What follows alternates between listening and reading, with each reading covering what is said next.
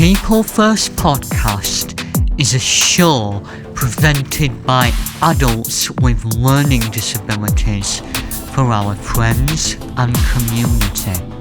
We talk about issues that are important to us and interview interesting people to find out further information. This is our way to make a difference and have our voices heard. Hello and welcome to the People First Podcast. Today we are speaking to Amy, one of the workers who supported us on the 2 trips. We have been to Cartwright Hall to see the Turner Prize. We wanted to talk to him more about the Turner Prize and hear about some of his work with portraits of our time. Welcome to the show, Amy. Thank you very much. Thanks very much for having me. Can you introduce yourself and explain what your job is? So, my name is Amy Brodie and I am the engagement officer for the Bradford Care Association. And if you can imagine, there are about just over 240 care providers, which People First is one of, in Bradford and Craven. So we try and support them in things like being compliant with certain regulations, making sure that training is available for staff, advice on various different things, including creative health, which is where we worked with you at People First, Keithley and Craven. So I was very pleased to be engaging with yourselves and kind of enabling you to be supported and actually kind of attend the Turner Prize this year at Cartwright Hall as well. So I was very, very happy to be part of that. Can you tell me a little bit more about the Turner Prize? So the Turner Prize came to Bradford for everyone, members of the public, to enjoy and look at the various different artists that were nominated for the prize as part of Bradford City of Culture 2025. So it kind of collided and amalgamated itself in line with different celebrations, etc. It's a good job you mentioned that, because when I go on the bus to Bradford, I go past is it the hall? Yeah, Cartwright Hall at Lister Park. Yeah, that's good. Yeah, and you've gone in, obviously. Have you visited Lister Park before as well? We only went with People First, didn't we? Yeah. Okay, so you visited the exhibition. Of course you did, because we helped you to enjoy the tour and everything. So but I know that the Turner Prize is still obviously available for members of the public to go and explore the different exhibitions, etc., and the artists that were nominated. But yeah, I mean, it's something that obviously Bradford Care Association was aware of in work with one of our stakeholders, which is the Bradford District Museums and Galleries. How has the Turner Prize ended up in Bradford? So the Turner Prize ended up in Bradford because of the Bradford City of Culture 2025 kind of events and celebrations. It was kind of fitting really with all the different celebrations and the parties and the events that were going on to mark the occasion for City of Culture. And it's quite a prestigious thing, really, the fact that it was here and Bradford was able to host it and people were able to enjoy it. So that's why it was here. If I'm right, yes. It's the first time it's ever been outside of London. I think so, yes. I think you're right. So it made it even more special that it came to Bradford, and Bradford was chosen as a location for it as well. So that was good. Which of the artists exhibits in your favourite? So I think for me, there were about 4 artists that were nominated for the Turner Prize Award. And I know that there was a winner announced fairly recently as well. But for me, I think the artist that stood out for me personally was an artist by the name of Nnena Kalu, who originates from Berlin. And I have, kind of family connections to Berlin, so it's quite a bit of a personal connection as well. But I think he's captured and focused on family. And yeah, you like that as well, did you? Yeah, you like that artist. Okay, yeah, so he concentrated on family and that type of work, and it resonated with me, from a personal level. I thought it was quite poignant how he captured his work, and it was my favourite. There's be some reputation people with learning disability in the Turner Prize. Winning the artist Nnena Kalu Riot is important. So I think actually Nnena Kalu actually ended up being the winner of the Turner Prize, which I thought was quite fitting, really, with the additional fact that obviously she has a learning disability, and I think she captures her work very well in terms of the abstract side. I think why is it important, that she represented the learning disability side of things? I think it's important to stress that everyone with any award like this or exhibition should be treated equally. It doesn't matter where you come from, your ability, your race, your religion, political views. It's about talent. It's about what you can nurture. And she clearly oozes a lot of skill and talent. And I think, regardless of any learning disability, I think that should be what she's judged on rather than anything else. So that's my answer on that one. What has your favourite part about supporting groups to see the Turner Prize? I think for me, it was your reaction. People first, Keithy and Craven, when you kind of visited the Turner Prize, you remember that day?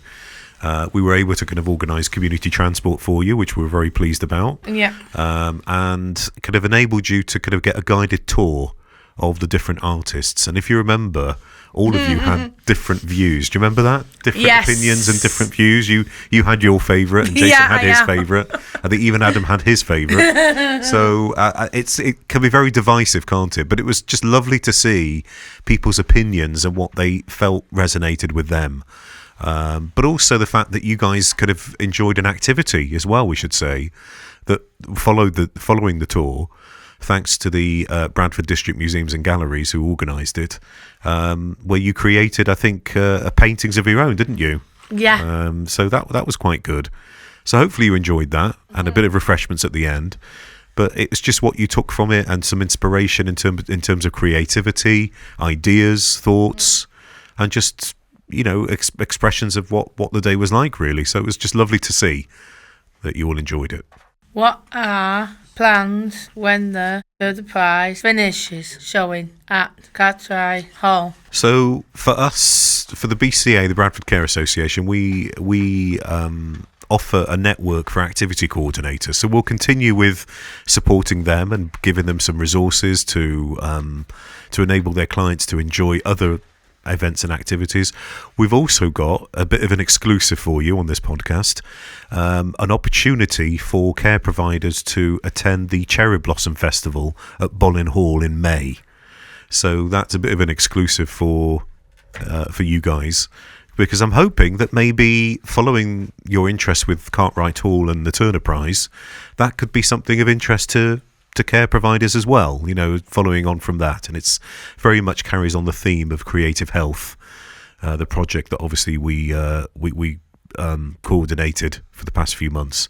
So hopefully, in terms of legacy, this will encourage, and it has already, I think, because you've actually followed up with other visits, didn't you, to the Turner Prize with other groups.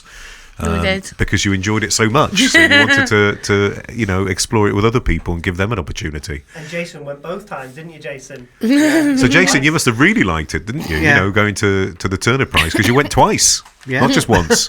Yeah, that's fantastic. So hopefully it's given people the legacy and the inspiration and the care providers to enjoy more walks in some of our attractions, going to things like the Turner Prize, enjoying maybe reminiscence work as well, that I know the Bradford District Museums and Galleries offer, as well as maybe the Cherry Blossom Festival come May. How were you involved in the Portraits of Our Time project? So the way the Portraits of Our Time project came about was from an idea that a particular care home had called Elderthorpe Care Home, who are based not too far away from here in Bradford. They had an idea through a photographer called Louise, who you'd already kind of interviewed recently in the podcast, who's a professional photographer who had connections to Elderthorpe through her mother, who resides there, or a family member that resides there, as an idea and a concept to take an image of some of the residents there holding something precious. So it could be a precious item, it could be something that really is important to them, sentimental value, all that sort of thing, and really kind of try and see whether or not they can display it somewhere within the home so that other staff and families can cherish that. So as an idea, as a concept, we decided that why don't we offer it to other care providers, this idea. So fortunately, we persuaded Louise, our professional photographer, to go round the various different care providers that showed interest in the Portraits of Our Time idea and capture the portraits of service users, clients accessing care services within Bradford. So they could be nursing homes, care homes, it could be dementia support groups, it could be social groups, and yourselves, of course. So we were here, if you remember, with Louise, setting up there with the camera, setting up the lights and everything on the day, so that she could take portraits of yourselves, basically holding something precious, so that we can then use that as part of an exhibition, which has now been launched at the Bradford Industrial Museum. And on until the end of March, and we're hoping that obviously that will continue to go to other places. So we're in consultation with Keighley Library, Bradford Cathedral, Girlington Community Centre, so that it carries on and offers the opportunity to a wider audience to experience the exhibition. And I was involved from the point of view of collating and putting together the stories, but this all came about because of Bradford 2025. Again, the connection with the City of Culture. It was due to the funding that we were able to kind of offer this to providers at no cost to themselves. So we funded everything, the Bradford Care Association, thanks to the support of Bradford 2025 and their team. And it's fair to say that people are still talking about this exhibition now. Even today, as we do this podcast, there is an article in the local Telegraph and Argus newspaper about the exhibition. So not only am I getting good positive responses and feedback from people, I'm also hearing that obviously it's still being talked about, which is great as an idea. Where can people go visit Portrait of Our Time pictures? So at the moment, the Portraits of Our Time portraits are being exhibited at Bradford Industrial Museum, which I think is a fitting sort of venue, considering obviously a lot of the recipients and their past working lives perhaps, or recreational activities, etc. within Bradford. So yes, you can see it at the moment up until the end of March 2026 at the Bradford Industrial Museum. As I said, we're hoping that obviously that will be a travelling exhibition and will go round different venues within Bradford, so that a wider audience can also appreciate it and enjoy it. Why was it important to include adults with learning disabilities in the project? That's a good question. I think really when we planned to offer it to more care providers as a project, we felt that adults with learning disabilities, difficulties and disabilities were underrepresented, perhaps, within social care. We felt that really in terms of social inclusion, we were right to try and encourage more diverse care providers and participants to be represented there, really. So I think it's important from the point of view of health and well-being, and also the feeling that people are being heard, their stories are being heard, they're not silenced or not possibly been taken advantage of in some cases. So really we wanted to have that element represented within the project. Did you attend the launch event for project? Was it successful? Well, it was very successful because I did attend the event, the launch event for the project, and the exhibition launch, and we originally expected maybe around about 100, 120 attendees. We ended up with probably anywhere between 150 and 200 attendees in the end. So we were very pleased with the turnout and response. We had the deputy mayor who agreed to attend the event and open and launch the exhibition.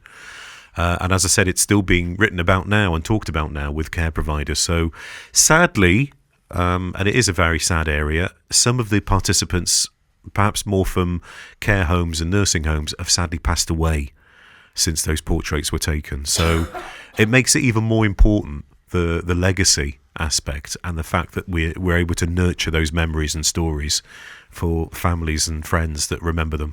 That's all time we have for today. Big thank you to me for coming on the show, talk to us about the prize and portraits all the time. Do you have anything you'd like to add for Enjoy? Just a big thank you for inviting me to do this podcast, and I hope that our support in terms of the Bradford Care Association to enable you to enjoy the Turner Prize has really benefited you and opened your eyes a little bit to the creativity and inspired you a little bit in terms of what you take from the exhibition, because I think you enjoyed it, didn't you, Jason? Because you went for a second time. You must have enjoyed it. So and I think it's quite special, isn't it, Cartwright Hall? It's a special feeling when you go in there, the grandeur and the beautiful building that is there. It's a lovely venue. So, but yeah, thank you very much for having me. If you enjoyed, follow us on social media to learn more about what we do and our up-and-coming interviews. You can find us by searching the People First podcast. Thanks for listening, and we will see you next time.